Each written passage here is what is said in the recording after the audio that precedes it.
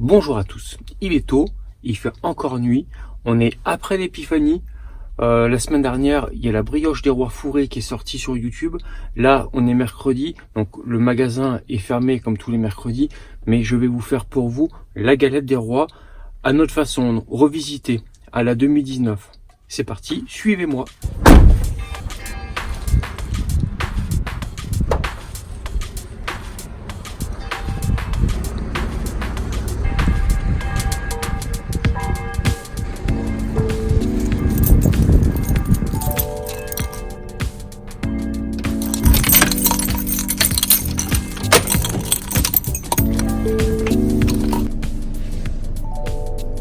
Bienvenue à la pâtisserie. Donc c'est fermé aujourd'hui, mercredi, c'est notre jour de congé, mais je travaille aussi un petit peu pour vous. Donc on va faire la galette des rois poire caramel.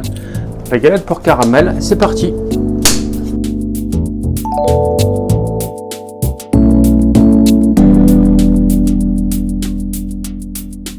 Avant de commencer notre galette poire caramel, un petit mot sur la chaîne YouTube. Je voulais vous remercier. On a atteint maintenant largement nos 1000 abonnés. Je crois qu'on en est à 1010 au moment où on tourne la vidéo. Donc merci à tous. Bienvenue à tous les nouveaux abonnés.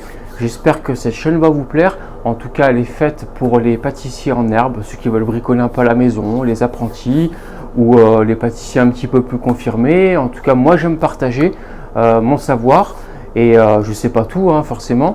Mais on en apprend tous les jours, mais ce que je sais, j'aime le communiquer, tout simplement. Regardez jusqu'à la fin. À la fin, bon, il y aura la dégustation. On fait ça avec humour. Et maintenant, c'est l'heure de vous présenter les ingrédients. En ce qui concerne les ingrédients, en fait, c'est tout simple. C'est de la pâte feuilletée, donc que j'ai fait à l'avance. En fait, je l'étale en plaque et je la congèle. Ça permet, dès qu'on en a besoin, en fait, comme c'est le cas aujourd'hui, on en a déjà, c'est en place. Je vous propose par contre une vidéo sur comment faire la pâte feuilletée. On l'avait déjà fait avec mon apprenti Quentin, donc je pourrais vous la refaire. Donc si vous le souhaitez, bien sûr, il suffit de me le marquer en commentaire. Comment réaliser la pâte feuilletée avec du beurre, avec du vrai beurre par contre. Ensuite, on a une crème d'amande caramel. Alors je me suis avancé, j'ai un peu triché, je l'ai fait hier. Donc ça permet de l'utiliser bien froide et vous verrez, on aura un pochage beaucoup plus facile. Et ensuite, on aura des poires.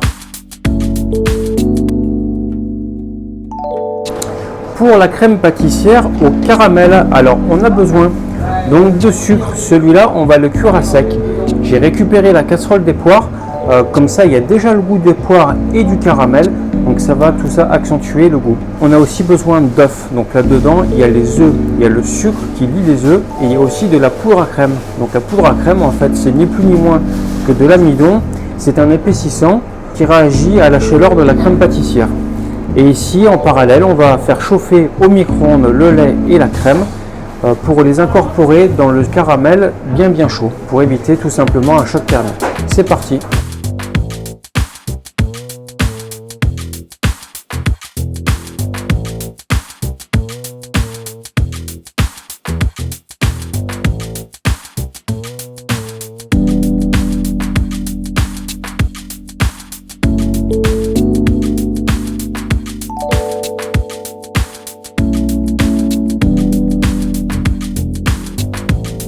Donc le lait arrive à ébullition. Maintenant, nous allons faire le mélange. Donc on délaye en fait les œufs pour ne pas les faire coaguler d'un seul coup lors de la cuisson.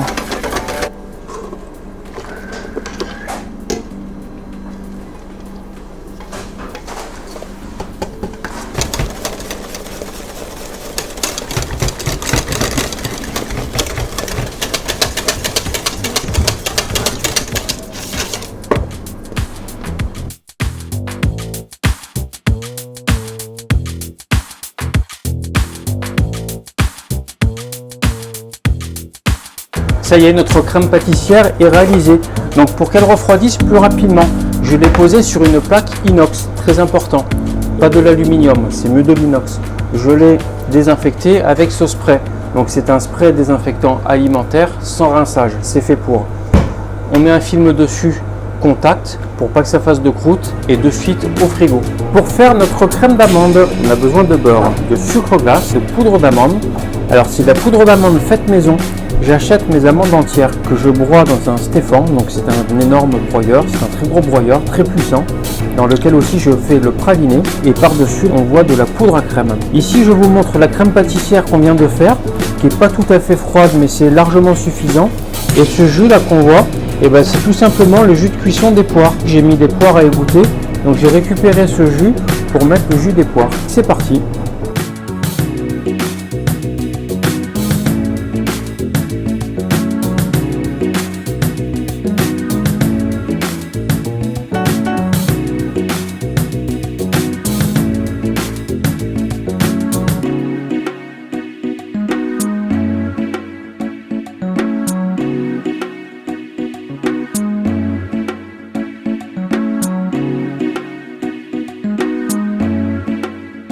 La crème d'amande est maintenant bien montée. On va pouvoir incorporer la crème pâtissière caramel.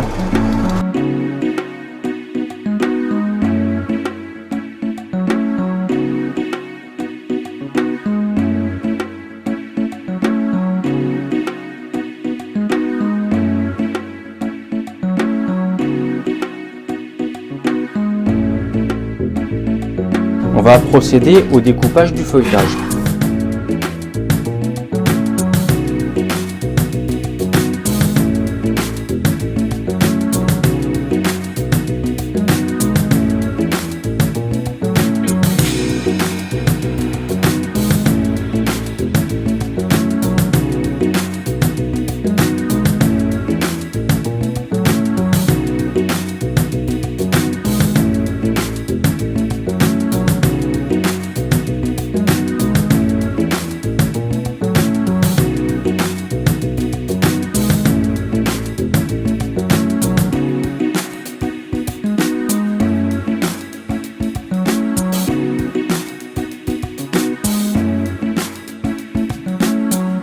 Voilà, notre galette est maintenant garnie. Il ne me reste plus qu'à disposer les poires lorsqu'elles auront refroidi. Donc les poires, je vais les faire sauter dans du caramel. Et voilà, puis on a mis les sujets. Donc la fève, je le rappelle, celui qui tombe dessus paye la galette à la prochaine fois. Sauf si c'est la dernière, c'est tant mieux pour lui. Et celui qui tombe par contre sur le sujet, hérite de la couronne et choisit sa reine. Ou son roi si c'est une femme. Les poires sont maintenant refroidies, on va pouvoir garnir notre galette.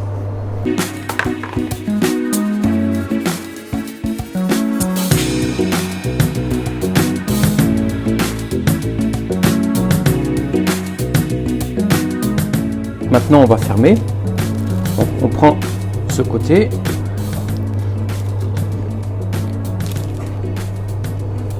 Et là on envoie les doigts, on n'a pas peur. Vous comprendrez pourquoi après. On arrive bord à bord et maintenant on va la retourner. Et là on voit que c'est bien soudé. On a bien appuyé avec les doigts, aucun problème. Un temps de repos est nécessaire. On va la dorer, on va la garder au frigo pendant une petite heure, le temps de faire mon pétrin en fait, et ensuite on pourra la cuire. L'indice pour savoir si le repos a été suffisamment long, c'est qu'une fois la première couche de dorure sèche, donc elle va sécher naturellement dans le frigo, c'est l'indice qu'on peut la cuire. Donc il suffira juste de mettre une deuxième couche de dorure, de la rayer comme on le souhaite et ensuite on pourra la cuire.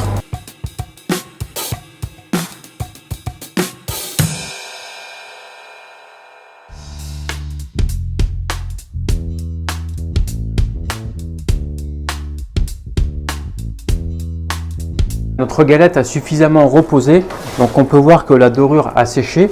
Donc c'est ce qu'il faut, hein. Il faut que ça permet au feuilletage, aux deux couches de feuilletage de se coller entre elles. C'est très important. Et sinon à la cuisson, la crème d'amande pourrait ressortir par les côtés et du coup ça ferait pas du tout esthétique.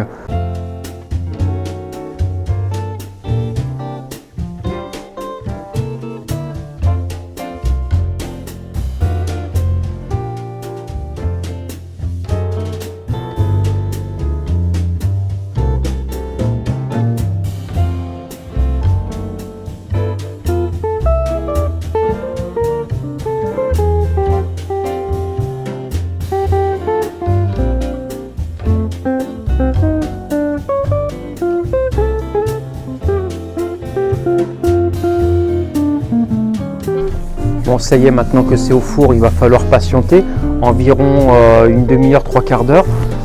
Ça dépend des fours. Donc moi j'ai un four à sol qui chauffe aussi bien à la sole et à la voûte. On peut régler les températures à la sole et à la voûte, même de manière différente. Donc c'est un peu technique. Donc c'est voilà. Sinon à tout à l'heure. Et puis quand ce sera cuit, on ira livrer chez le client. Donc le client en fait c'est nous. Ça y est, la baguette est en... La baguette. Ça y est, la galette est enfin cuite. Donc c'était un peu long, à environ 3/4 d'heure, hein, c'était prévu. Vu la taille de la galette, c'est normal.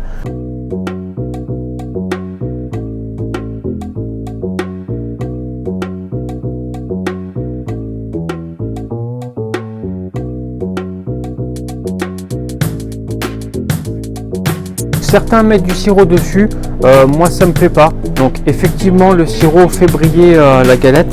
Donc pourquoi pas. À mon sens ça ramollit un peu la pâte et je trouve ça dommage. En plus ça apporte un peu du sucre et ça me plaît pas trop. J'aime autant manger la galette comme ça. Donc en la dorant 2 fois on peut quand même s'apercevoir qu'elle brille. Donc pour le sirop je pense pas, j'y vois pas la nécessité. Et maintenant c'est l'heure d'aller livrer. Donc là c'est tout chaud.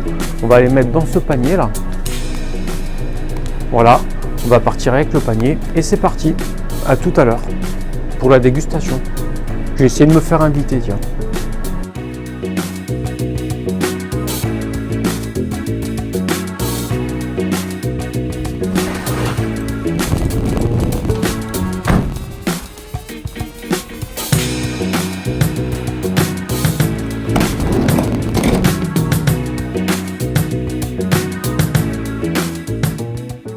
Alors ça y est, j'ai livré la galette chez les clients et j'ai réussi à me faire inviter. On va la manger tous ensemble. Moi je la coupe et Théo... Il désigne la part.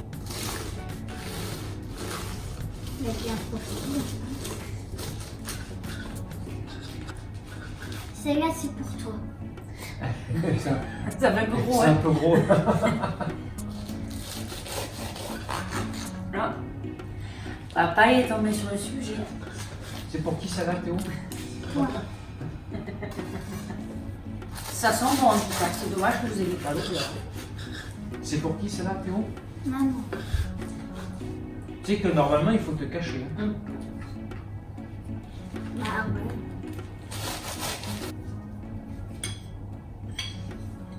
Elle est bonne. Je crois que le sujet, c'est un M&M's. Ah ouais? Je pense. Moi je sais ce que c'est le sous-chef parce que comme c'est moi qui l'ai fait, je sais ce que j'ai mis. Oh! Oh! Ah Le non, chef. c'est un cadeau. Mais on va chercher la couronne, hein. Et papa il paiera la prochaine. Alors non seulement il va la faire, mais en plus il va la payer. Toi tu te feras arnaquer. Vive le roi! À la santé de celui qui paye. Santé Théo. Bon, en tout cas, elle est super bonne. N'hésitez pas à commander. On peut faire les tailles que vous souhaitez, de 4 à 8 personnes. Forme de poire, hein. Et puis, abonnez-vous si ce n'est pas fait. Un petit pouce bleu. Et on se retrouve pour une prochaine vidéo. Et merci pour la dégustation. Ciao les amis. Ciao les amis!